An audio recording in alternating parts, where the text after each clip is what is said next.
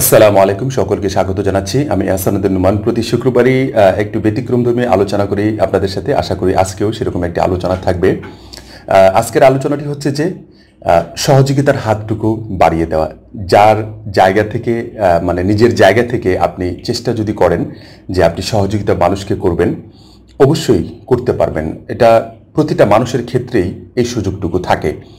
আমি এই কথাগুলো বলার মূল কারণটি হচ্ছে যে আমরা অনেকেই সহযোগিতা করতে চাই না। কেউ যদি কারো কাছে যায়, যে আপনি হয়তোবা কারো কাছে গিয়েছেন, সে হয়তোবা ওই জিনিসটা জানে, আপনাকে হয়তোবা জানাতে চাচ্ছে না। সে যে কেন জানাতে চাচ্ছে না আমি জানি না।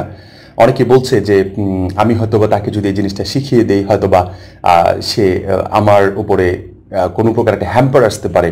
বাট এটা আসলে সঠিক নয়, এটা আমার কাছে মনে হয় এখন পর্যন্ত। আমি যদি তাকে 10টি টাকা ধার দেই, হয়তোবা সে আমার চেয়ে বড় কিছু হয়ে যাবে। আমি যদি তাকে আজকে 10,000 টাকা ধার দেই, আপনার যদি অ্যাবিলিটি থাকে এরকম, ঠিক আছে, তারপরে যদি আপনি এরকম করেন, আমার কাছে মনে হয় এটি একটি ভুল ধারণা। আমি দুটি গল্প আপনাদের সাথে শেয়ার করব আমার নিজের অভিজ্ঞতা থেকে, একবারে আমার নিজের সাথে ঘটে যাওয়া দুটি বাস্তব গল্প আপনাদের সামনে উপস্থাপন করব। 1 নম্বর গল্প, আমি হচ্ছে জেনারেল একজন মানুষ। আমি আসলে ইসলামিক কোনো স্কলার নই। আমি ইসলামের খুব বড় ধরনের কোনো কিছু মানে মানুষ নই যে মানুষকে আমি হেদায়েতের বাণী শোনাবো, এই ধরনের কোনো ব্যক্তি আমি নই। আমি নিজের জায়গা থেকে সবসময় চেষ্টা করি যে হালাল রুজি ইনকাম করে হালালভাবে নিজে যেন ভালোভাবে চলতে পারি। ওই জায়গা থেকে সবসময় চেষ্টা থাকে আমার ইনকামটা যেন হালাল থাকে। হঠাৎ করে কোনো একদিন, আমি গত 1 বছরেরও আগের একটি ঘটনা আমি আপনাদেরকে বলছি। হঠাৎ করে আমার কিছু টাকার প্রয়োজন, মানে খুবই জরুরি, মানে টাকার প্রয়োজন। যেটা আমার কাছে যে টাকা ছিল, পাশাপাশি আরও কিছু টাকার প্রয়োজন। অ্যামাউন্টও আমি আপনাদেরকে বলে দিই, প্রায় 1 লক্ষ টাকার মতো একটি প্রয়োজন। সেটি আমি সকাল 10টার দিকে আমি শুনতে পেরেছি যে আমার এই টাকাটা খুবই জরুরি, আমার প্রয়োজন আছে। বাট ওই মুহূর্তে আমার কাছে যে টাকাটা ছিল, ওই আরও 1 লক্ষ টাকার প্রয়োজন আছে। চিন্তা করলাম যে এই টাকা আমি কিভাবে সংগ্রহ করতে পারি। তখন আমি রাস্তা দিয়ে হেঁটে আসছিলাম বাসা থেকে অফিস পর্যন্ত। তখন বাসা থেকে বের হয়ে আকাশের দিকে তাকিয়ে বললাম, আল্লাহ, তুমি আমাকে এই সমস্যা থেকে সমাধান দাও। ঠিক আছে, একেবারেই কি বলবো, হার্ট টু হার্ট মেনটেন করে, মানে হার্ট থেকে আমি বিষয়টাকে চেয়েছি। হঠাৎ করে আমাকে অফিসে আসার পরে কিছুক্ষণ পরে একজন ব্যক্তি ফোন দিল। তার সাথে আমার কথা হয়েছিল, তারও 1 বছর আগে কথা হয়েছিল, দেখা হয়েছিল। সে রীতিমতো চিটাগাংয়ের এদিকে কোথাও জব করে। সে আমাকে ফোন করে বলল, নোমান ভাই কেমন আছেন? ভালো আছি। নোমান ভাই, আপনার ফোনে কি বিকাশ আছে? জি, বিকাশ আছে। অথবা আপনার কি ডাচ বাংলা ব্যাংক আছে? হ্যাঁ আছে, ডাচ বাংলা ব্যাংকের অ্যাকাউন্ট আছে। তার বললো যে আমার কিছু টাকা আছে, আমি টাকাগুলো আপনার কাছে পাঠাতে চাই এবং এটি 1 বছর পর আপনার কাছ থেকে নিব।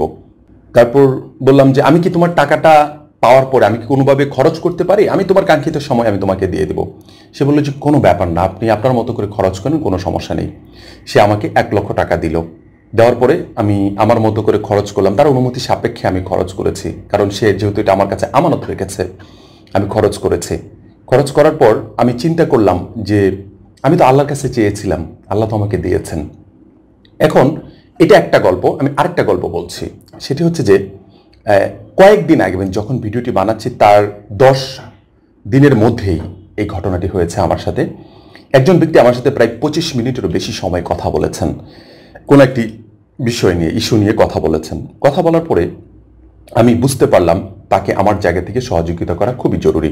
আমি তাকে যখন আমার জায়গা থেকে তার হাতে আমি সহযোগিতার হাতটুকু বাড়িয়ে দিলাম, তখন সে কেঁদে কেঁদে কয়েকটি দোয়া আমার জন্য করলো।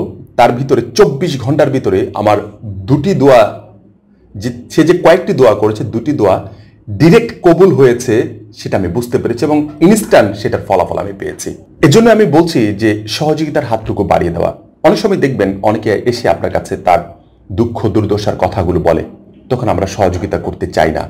অবশ্যই তাকে কখনোই ফেরত দেবেন না, কারণ মনে রাখবেন, আজকে হয়তোবা আপনার কাছে টাকা আছে, হয়তোবা কালকে থাকবে না। আজকে হয়তোবা আপনার কাছে সম্মান আছে, হয়তোবা কালকে থাকবে না।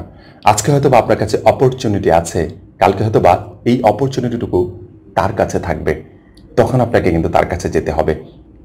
এই ভেবে হলেও অন্তত পক্ষে তাকে সহযোগিতা করা।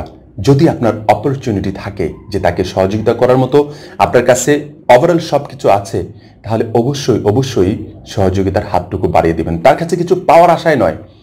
আপনি আসমানওয়ালার কাছে কিছু চাবেন, তার সহযোগিতার পরে যদি মনে করেন যে আপনি কিছু চাচ্ছেন, আপনি আসমানওয়ালার কাছে চাবেন, আল্লাহর কাছে চাবেন, দেখবেন সরাসরি সরাসরি আপনাকে আল্লাহ তাআলা সহযোগিতা করবে। আপনি কল্পনাও করতে পারবেন না, আপনার কল্পনার বাহির থেকে আপনাকে সহযোগিতা করবে। আপনি আপনি এটা কোনোদিন ভাবেনও নাই এমনভাবে আপনাকে সহযোগিতা করবে। এজন্য আমি আপনাদেরকে বলবো, যে যার জায়গা থেকে যেভাবে পারেন, যাকে পারেন সহযোগিতা করবেন, সেটা পরিচিত হোক, অপরিচিত হোক, মুসলমান হোক অথবা অন্য ধর্মী যেই হোক না কেন। রাস্তার একটা কুকুরও যদি আপনার কাছ থেকে খেতে চায়, মনে রাখবেন ফেরত দেবেন না, অবশ্যই অবশ্যই ফেরত দেবেন না। কেন ফেরত দেবেন না? কোনো একটি সময় ওই রাস্তার কুকুরটাও আপনাকে সহযোগিতা করবে, আপনি কল্পনাও করতে পারবেন না। এটা আমার বাস্তব অভিজ্ঞতা থেকে এই বিষয়গুলো আপনাদের সামনে উপস্থাপন করছি। আমি রিসেন্ট একটি কোর্স চালু করেছি। এই কোর্সে কয়েকজনকে আমি কোর্সটুকু ফ্রি করার সুযোগ করে দিয়েছি। তাদের মধ্য থেকে একজনের সাথে কথা হয়েছিল, সে এমন অসহায় সেটা আপনি কল্পনাই করতে পারবেন না। সেই জায়গা থেকে আমি তাকে শুধুমাত্র চেষ্টা করেছি তাকে একটা ভালো সাপোর্ট দেওয়ার জন্য, এবং সে আমার জন্য মানে কি বলবো, আমি জীবনে এত কিছু পাই নাই, সে আমার জন্য যা দোয়া করেছে। ঠিক আছে, আমি সবকিছু খুলে বলতে পারছি না, কিছু রেস্ট্রিকশন আছে, এজন্য খুলে বলতে পারছি না।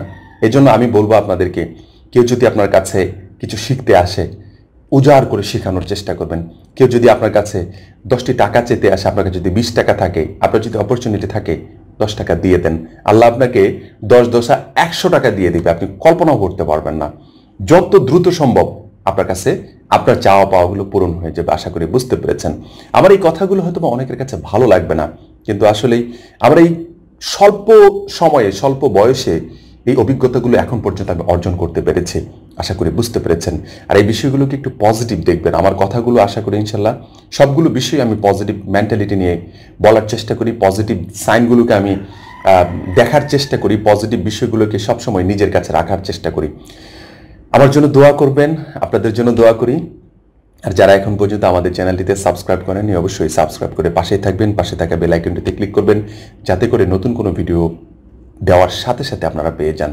সবাই ভালো থাকবেন, সুস্থ থাকবেন। ধন্যবাদ সবাইকে। আসসালামু আলাইকুম ওয়া রাহমাতুল্লাহি ওয়া বারাকাতুহু।